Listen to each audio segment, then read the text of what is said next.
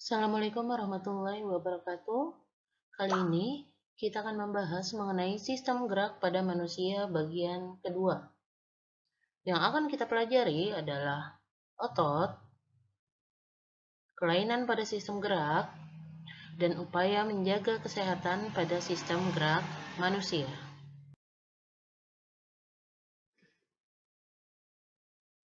Yang pertama, kita akan membahas mengenai otot.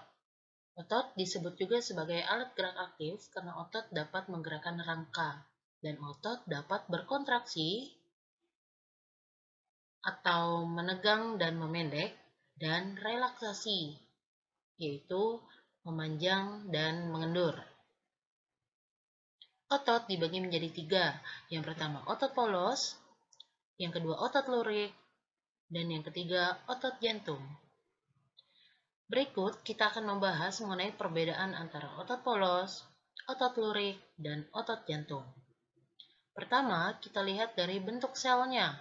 Pada otot polos, berbentuk gelendong dengan ujung yang runcing. Pada otot lurik, berbentuk memanjang silindris.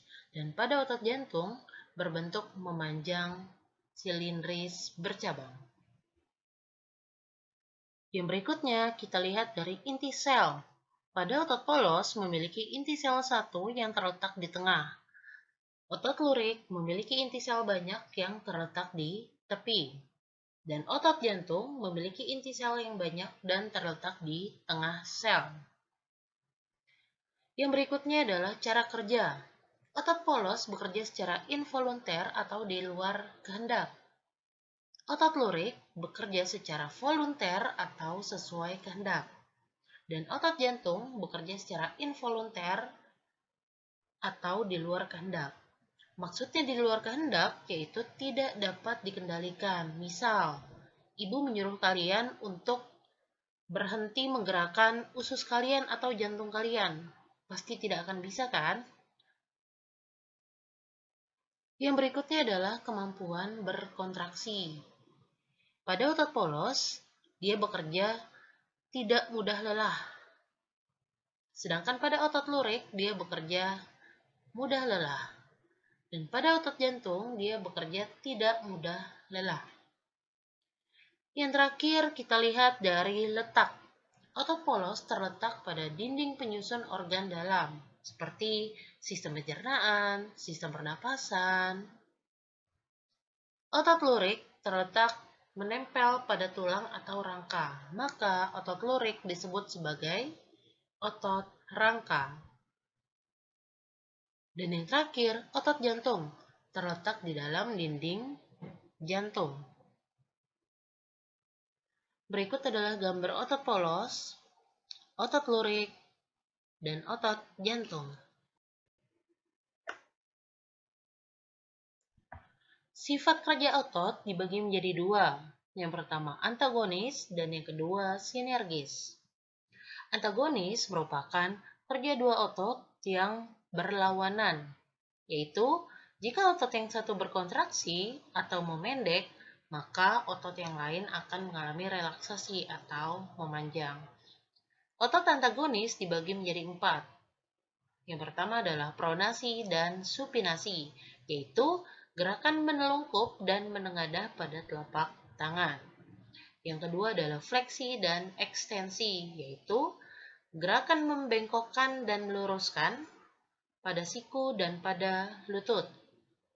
Yang ketiga adalah abduksi dan aduksi, yaitu gerakan menjauhi badan dan mendekati badan pada lengan atas dan pangkal paha.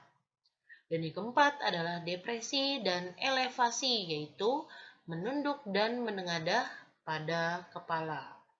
Berikut adalah contoh dari gerakan otot antagonis. Yang pertama adalah pronasi dan supinasi. Gambar yang kedua adalah fleksi dan ekstensi. Gambar yang ketiga adalah abduksi dan aduksi. Dan gambar yang keempat adalah depresi dan elevasi.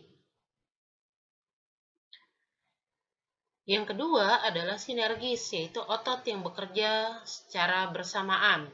Contoh dari otot sinergis adalah otot pronator teres dan otot pronator quadratus pada lengan bawah.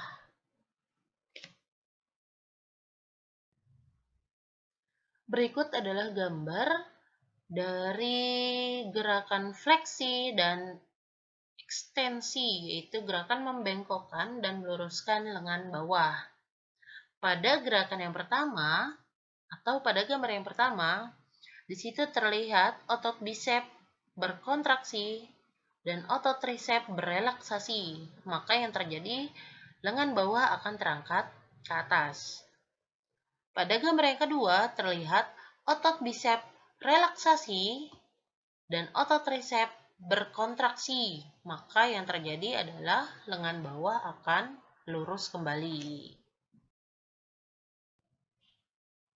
Yang berikutnya adalah gangguan dan kelainan pada tulang.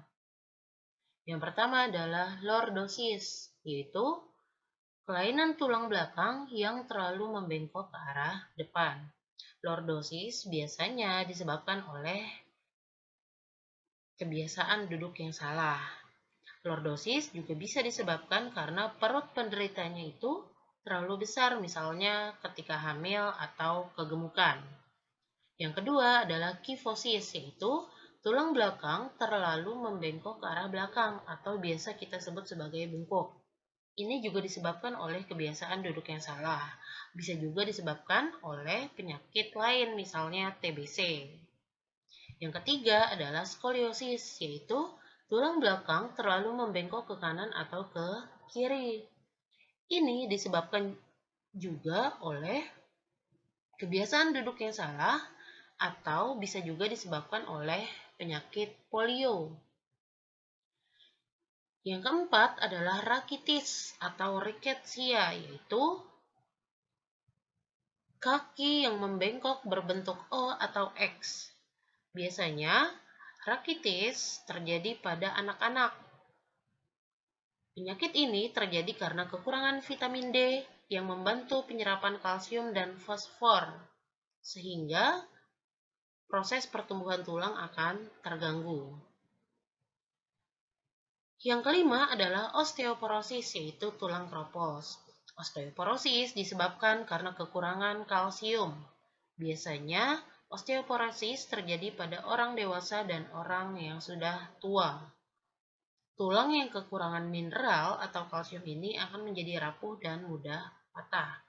Dan yang terakhir adalah fraktura atau patah tulang ketika terjadi kecelakaan.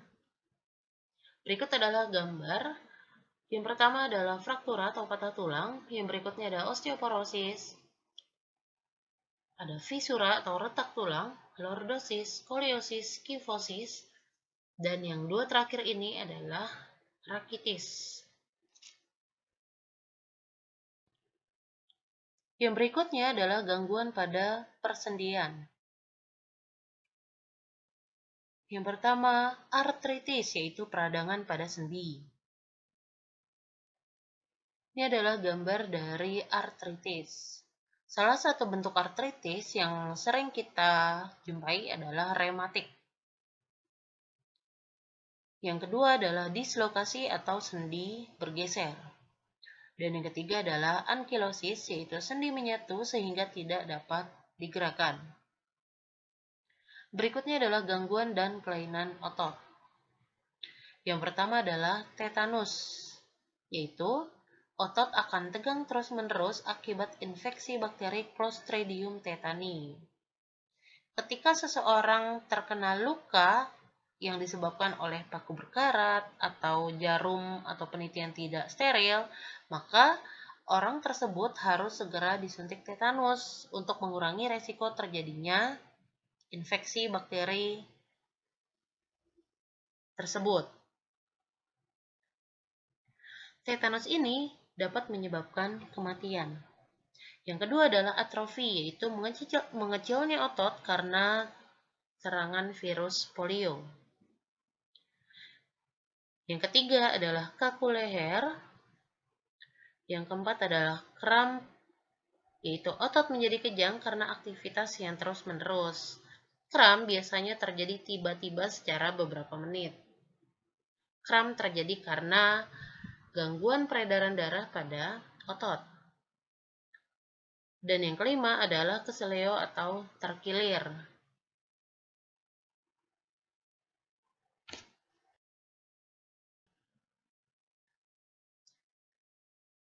Yang berikutnya adalah upaya menjaga kesehatan sistem gerak pada manusia.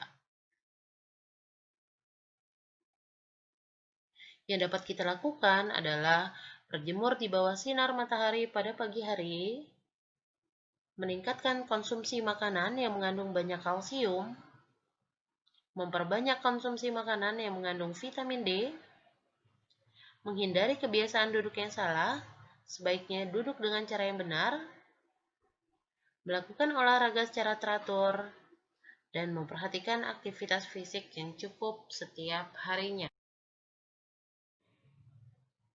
Silakan disimak 5 buah pertanyaan.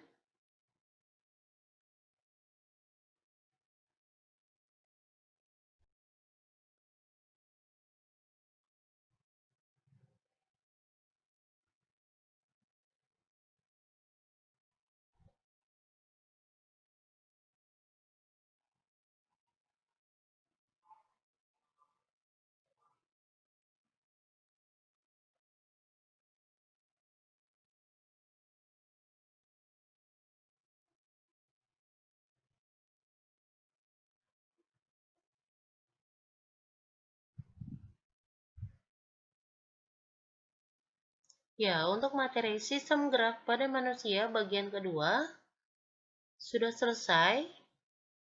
Terima kasih, semoga bermanfaat. Wassalamualaikum warahmatullahi wabarakatuh.